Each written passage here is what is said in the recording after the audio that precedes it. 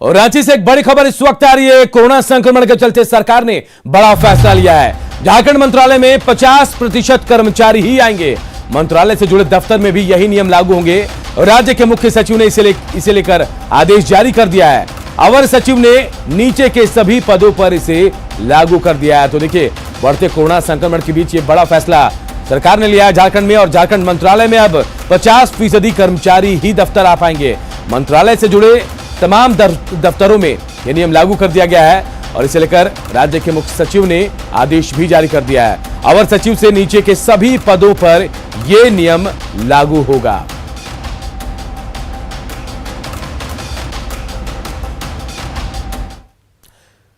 Corona की तेज रफ्तार ने सरकार की चिंता बढ़ा दी है।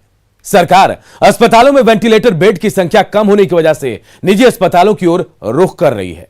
इसी कड़ी में स्वास्थ्य मंत्री बन्ना गुप्ता ने आज रांची के नामकुम के एक प्राइवेट अस्पताल का दौरा किया। सरकार ने अस्पताल में वेंटिलेटर वाले बेड का निरीक्षण किया। नहीं, इनका यहाँ 25 बेड का आईसीयू का कंप्लीट है। इसमें थोड़ा सा खाली हम लोगों को वेंटिलेटर और मॉनिटर देने की आवश्यकता है और इसको तुरंत हम लोग करेंगे। 25 बेड वो है और 25 और इनके अलग से बेड पड़े हैं, तो 50 बेड हमको तुरंत अविलंब मिल जाएगा। डे बाई डे जिस तरीके से बढ़ रहा है उस तरीके से जो है ज़्यादा बेड की संख्या कैसे बढ़ जाए। और यहाँ ज़्यादा अभी जो पेशेंट आ रहे हैं उनको ऑक्सीजन बहुत मस्ट हो रहा है, इसलिए बेड की संख्या हमको ऑक्सीजन के साथ बढ़ाने की आवश्यकता है। हालांकि स्वास्थ्य मंत्री बन्ना गुप्ता ने कहा कि कोरोना के यू के वेरिएंट का संक्रमण तेजी से फैल रहा है और यह पहले के वेरिएंट से ज्यादा खतरनाक है।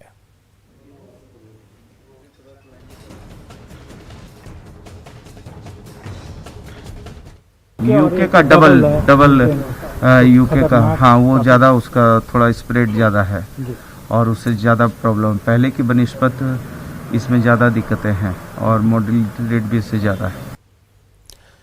तो झारखंड में वेंटिलेटर बेड कम पड़ रहे हैं और मरीजों को ऑक्सीजन नहीं मिल पा रहा है, लेकिन स्वास्थ्य मंत्री बन्ना गुप्ता ने दावा किया कि हर तरह की स्थिति से निपटने के लिए राज्य सरकार पूरी तरह से तैयार है। उन्होंने कहा कि अगर जरूरत पड़ती है तो सरकार प्राइवेट अस्पतालों को टेक ओवर कर लेगी, लेकिन मरीजों को हर हाल में स्वास्थ्य सुविधा मुहैया कराया जाएगा।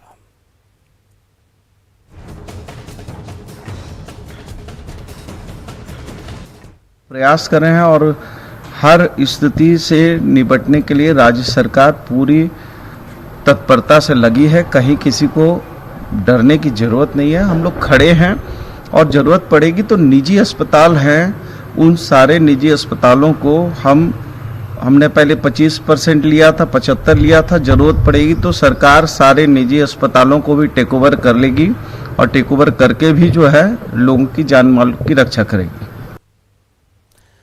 हालांकि स्वास्थ्य मंत्री ने माना कि राज्य में कोरोना की दवाओं की कमी है और इसके लिए उन्होंने केंद्र सरकार को जिम्मेदार ठहराया। उन्होंने आरोप लगाया कि केंद्र सरकार ने बिना स्थिति का आकलन किए दवाओं का निर्यात कर दिया, जिससे लोगों को अब परेशानी हो रही है।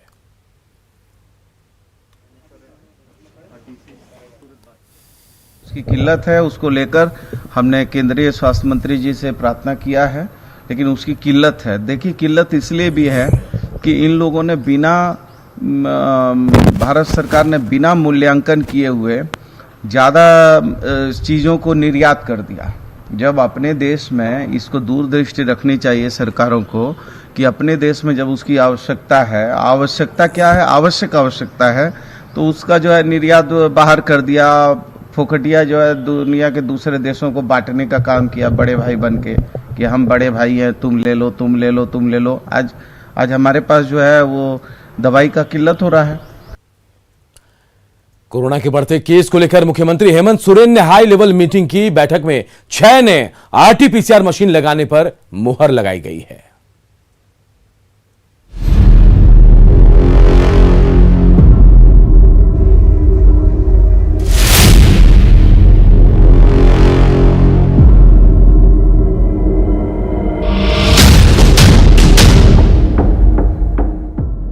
झारखंड में कोरोना कहर बरपा रहा है।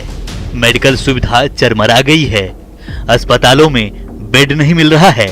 ऐसे में मुख्यमंत्री हेमंत सोरेन ने हाई लेवल मीटिंग की, भरोसा दिया 2 कोवास मशीन खरीदेंगे। रांची, जमशेदपुर, बोकारो, चाईबासा, गुमला और साहिबगंज में 6 नए RT-PCR लगाएंगे। कि 2 कोबाश मशीन राज्य सरकार खरीदेगी, साथ में 6 RT-PCR लेबोरेटरीज बनाने का भी हम लोगों ने निर्णय लिया है। रांची, जमशेदपुर, बोकारो, चाईबासा, गुमला और सिमडेगा। कोरोना पर हुए मंथन में देवघर को छोड़कर सभी जिलों के उपायुक्त और सिविल सर्जन वीडियो कॉन्फ्रेंसिंग के जरिए जुड़े। सीएम ने रिम्स में 110 नए आईसीयू बेड तैयार करने का निर्देश दिया। 750 कोविड डेडिकेटेड बेड की व्यवस्था की बात कही। रिम्स के अंदर 110 नए आईसीयू तैयार करने का निर्देश दिया जा चुका है और 750 डेडिकेटेड ईयरमार्क कोविड के लिए रिम्स में बेडों को चिन्हित किया गया है। रिम्स में मरीजों के दबाव को कम करने के लिए रामगढ़ में सीसीएल अस्पताल के 150 बेड को सरकार कोविड डेडिकेटेड बेड के तौर पर इस्तेमाल करेगी। रामगढ़ में सीसीएल का 150 बेड का अस्पताल को सरकार कोविड के लिए उपयोग में लाएगी और रिम्स और जो रामगढ़ के लोग इधर आते हैं, हजारीबाग के इधर आते हैं, उन सब लोगों को उसके ही इर्द गिर्द रिम्स के देखरेख में मेडिकल सुविधा दी जाएगी। कोरोना की दूसरी लहर क्या महाराष्ट्र और पुणे से आने वाली ट्रेन से आई है? केंद्र सरकार ने यूपी, बिहार, झारखंड, बंगाल, उड़ीसा के लिए स्पेशल ट्रेन महाराष्ट्र पुणे से चलाया है। इससे संभवतः हमारे यहाँ संक्रमण की संख्याएं बढ़ेंगी। आने वाले दिनों में मुख्यमंत्री हेमंत सोरेन कोरोना रोकथाम को लेकर सख्त कदम उठा सकते हैं। रांची से संवाददाता अविनाश कुमार की रिपोर्ट, न्यूज़ 18। झारखंड में कोरोना के यूके स्ट्रेन की एंट्री से लोगों में डर बढ़ गया है। यूके स्ट्रेन की जानकारी भुवनेश्वर लैब में हुई जांच में मिली। इसके बाद स्वास्थ्य विभाग में हड़कंप मच गया है। ये रिपोर्ट देखिए। किलर कोरोना से सावधान, झारखंड में नए स्ट्रेन की एंट्री, वायरस के विदेशी वेरिएंट से बच के।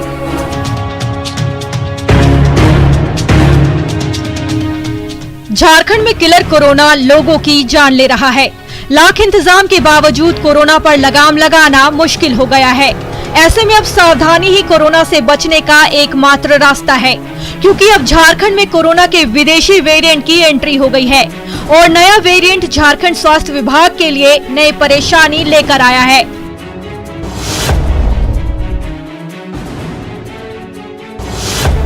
सूबे में 13 लोगों में यूके स्ट्रेन की पुष्टि हुई है। 13 लोगों में 8 पुरुष और 5 महिलाएं शामिल हैं। प्रदेश में जिन 13 लोगों में विदेशी वेरिएंट की पुष्टि हुई है, उनमें 11 लोग राजधानी रांची और 2 लोग जमशेदपुर के हैं। रांची में मिले 11 लोगों में 8 यूके वेरिएंट और 3 डबल वेरिएंट से संक्रमित हैं, जबकि जमशेदपुर के 2 मरीजों में से एक डबल वेरिएंट और दूसरा यूके वेरिएंट से संक्रमित है। नए डबल वेरिएंट स्ट्रेन की पुष्टि भुवनेश्वर की लैब में जीनोम सीक्वेंसिंग के माध्यम से की गई है। झारखंड में यूके स्ट्रेन की एंट्री के बाद से लोगों के अंदर खौफ है। एक तरफ सरकार और स्वास्थ्य विभाग के सामने चुनौती बढ़ गई है, तो दूसरी तरफ अस्पतालों में लोगों के आने का सिलसिला जारी है। जो लोग कोरोना संक्रमित होने की आशंका से आशंकित हैं, वो अस्पताल पहुंच रहे हैं कोविड जांच के लिए, ताकि जो मन में किसी तरह की जो शंका है वो दूर हो सके। 13 ऐसे नए स्ट्रेन मरीजों के अंदर पाए गए हैं जो हैरान ही करने वाले हैं और परेशान करने वाले भी हैं। ऐसा इसलिए क्योंकि अब तक झारखंड के अंदर जो इलाज हो रहे थे, जो कोविड के मरीज मिल रहे थे, उनमें यूके स्ट्रेन के कोई भी मरीज नहीं थे। लेकिन 13 की संख्या में अब मामले सामने आने के बाद से लोग बहुत ज्यादा, आप कह सकते हैं कि भयभीत है। झारखंड में पिछले 5 दिनों में कोरोना संक्रमण की बात करें तो हर बढ़ते दिन के साथ कोरोना संक्रमण के आंकड़े बढ़ते जा रहे हैं। 10 अप्रैल को 2373 संक्रमित मिले, वहीं 11 अप्रैल को 2296 नए मामले सामने आए हैं। 12 अप्रैल को 2366 कोरोना संक्रमित मिले, 13 अप्रैल को 2844 नए मरीज मिले हैं। वहीं 14 अप्रैल को कोरोना के 3198 नए मामले सामने आए हैं, जबकि कोरोना से 32 लोगों की मौत हो गई है। झारखंड में यूके स्ट्रेन और डबल वेरिएंट स्ट्रेन मिलने के बाद से लोग डरे हुए हैं। ऐसे में लापरवाही नहीं बरते, सख्ती से कोविड नियमों का पालन करें, मास्क पहने, सोशल डिस्टेंसिंग का पालन करें। न्यूज 18 के लिए रांची से संवाददाता अविनाश कुमार की रिपोर्ट। तो देखिए, झारखंड में कोरोना का कहर जारी और पिछले 24 घंटे की बात करें तो पिछले 24 घंटे में कोरोना के 3480 नए मरीज मिले हैं। राज्य भर में पिछले 24 घंटे में 28 मरीजों की मौत हो गई। तो आंकड़े अब डरा रहे हैं, लोगों को डर सता रहा है कि कहीं कोरोना उन्हें ना पकड़ ले। तो झारखंड में कोरोना कहर बरपा रहा है। पिछले 24 घंटे में देखिए 3480 कोरोना के नए मरीज मिले हैं और राज्य में मरने वालों का आंकड़ा भी बढ़ रहा है। 24 घंटे में 28 लोगों की मौत हो गई है। देखिए, धनबाद में सबसे ज्यादा 9 लोगों की मौत हुई, तो राजधानी रांची में 5 लोगों की जान गई है। कोरोना से अब तक 1320 लोगों की मौत हो चुकी है। और चलिए, झारखंड में पिछले 5 दिनों के कोरोना संक्रमण की बात करते हैं तो हर दिन बढ़ते कोरोना संक्रमण के साथ आंकड़े भी बढ़ रहे हैं। 11 अप्रैल को आंकड़ा 2296 था, तो 12 अप्रैल देखिए 11 अप्रैल को 2296 था, तो 13 अप्रैल को 2366 मामले सामने आए। 13 अप्रैल को आंकड़ा 2844 हो गया, तो 14 अप्रैल को आंकड़े में उछाल आते हैं और 3198 मामले सामने आए। वहीं देखिए 15 अप्रैल को 3480 मरीज मिले हैं, जबकि 28 मरीजों की जान गई है।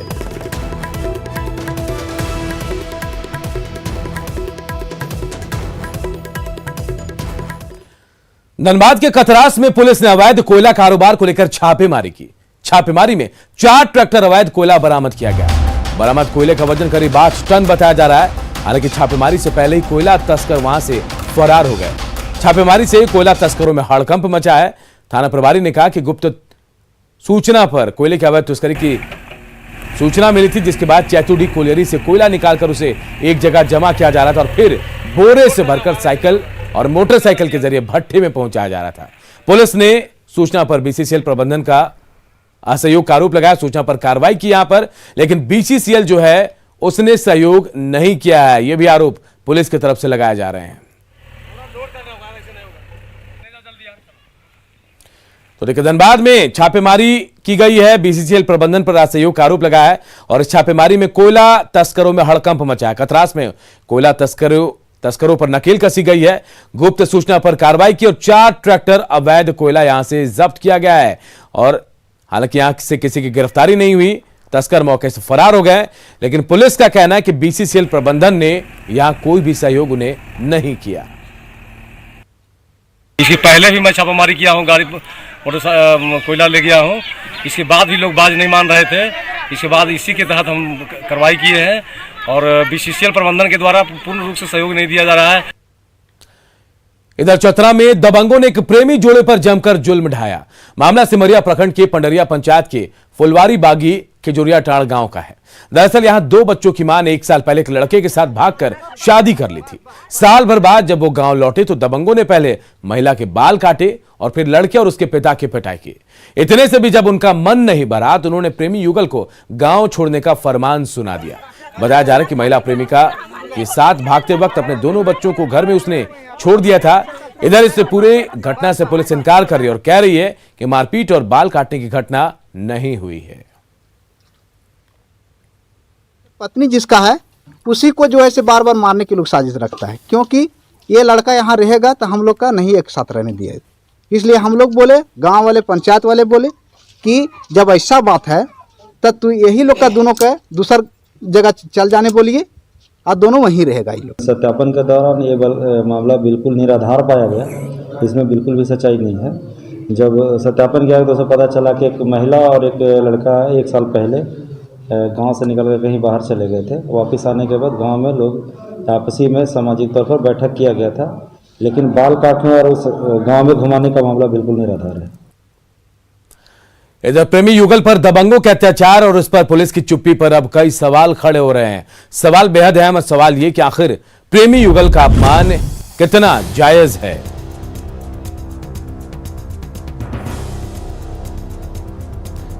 सवाल यह भी कि प्रेमी युगल को गांव छोड़ने का फरमान क्यों सुनाया गया,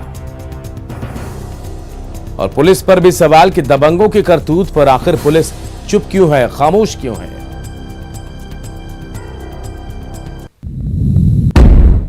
इधर चतरा के पदमपुर जंगल में टीपीसी उग्रवादियों और पुलिस के बीच मुठभेड़ हुई। पुलिस को सूचना मिली थी कि चतरा लातेहार जिले के सीमावर्ती इलाके में उग्रवादी किसी बड़ी वारदात को अंजाम देने की फिराक में है। इस मुठभेड़ में ग्रामीणों और बच्चों को ढाल बनाकर नक्सली वहां से भाग निकले। मौके से जिंदा कारतूस, नक्सली वर्दी और पुलिस ने यहां से कई सामान जब्त किए हैं। तो देखिए, चतरा के पदमपुर में के जंगल में नक्सलियों से मुठभेड़ हुई है पुलिस की। हालांकि ग्रामीणों के आड़ में यहां से नक्सली जो है पुलिस को चकमा देकर भाग निकले, लेकिन मौके से जिंदा कारतूस, नक्सली वर्दी के साथ कई सामान बरामद किए गए हैं। टीपीसी उग्रवादियों के साथ पुलिस की मुठभेड़ हुई थी चतरा के पदमपुर के जंगल में, लेकिन नक्सली यहां से मौका देकर भाग निकले। मधुपुर उपचुनाव की सारी तैयारियां प्रशासन की तरफ से करीब करीब पूरी कर ली गई हैं। मतदान कर्मियों को कोविड प्रोटोकॉल के तहत ईवीएम, वीवीपैट और दूसरे सामानों के साथ मतदान केंद्रों पर भेजा जा रहा है। सभी कर्मियों को मास्क, सैनिटाइजर और फेस शील्ड के साथ भेजा गया है। इस मौके पर मतदान अधिकारी ने मतदाताओं से भी कोविड प्रोटोकॉल का पालन करते हुए सहयोग की अपील की है।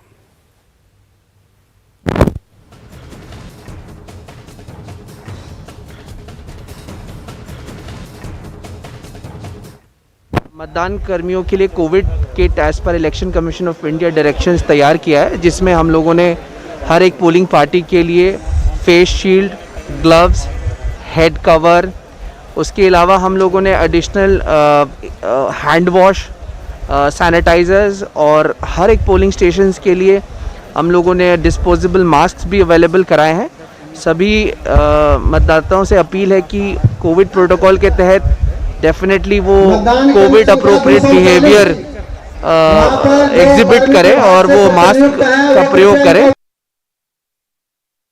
मधुपुर की जनता पानी, बिजली और स्वास्थ्य सेवाओं जैसी बुनियादी समस्याओं से जूझ रही है। सिंचाई, रोजगार, शिक्षा और पलायन की कमी भी यहां मुख्य समस्याओं में से एक है। तो जो समस्या है मधुपुर की, वो हम आपको बता रहे हैं।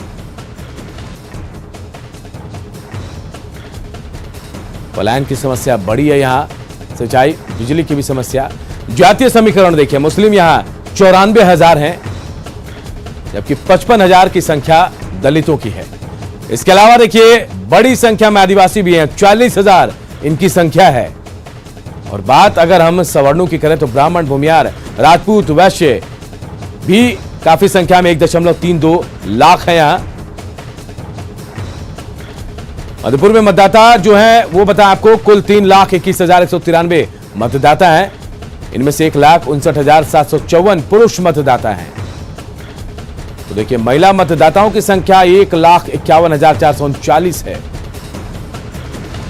और इन सब के लिए जो मतदान केंद्र बनाए गए हैं उनकी संख्या 487 है। अब चलिए किसका कब्जा रहा मधुपुर में, अब आपको ये बताते। देखिए 1985 से 90 तक कांग्रेस के कृष्णानंद झा यहां से जीते। 1995 से 2000 तक जेएमएम के हाजी हुसैन अंसारी यहां से विधायक रहे। इसके अलावा 2005 में बीजेपी के राज पालीवाल यहां से जीत कर आए। इसके बाद पासा पलटा, 2009 में जेएमएम के हाजी हुसैन अंसारी फिर जीते यहां से। फिर बदलाव हुआ, 2014 में बीजेपी के राज पालीवाल ने यहां से जीत हासिल की। लेकिन 2019 में जेएमएम के हाजी हुसैन अंसारी फिर से यहां से जीत कर आए।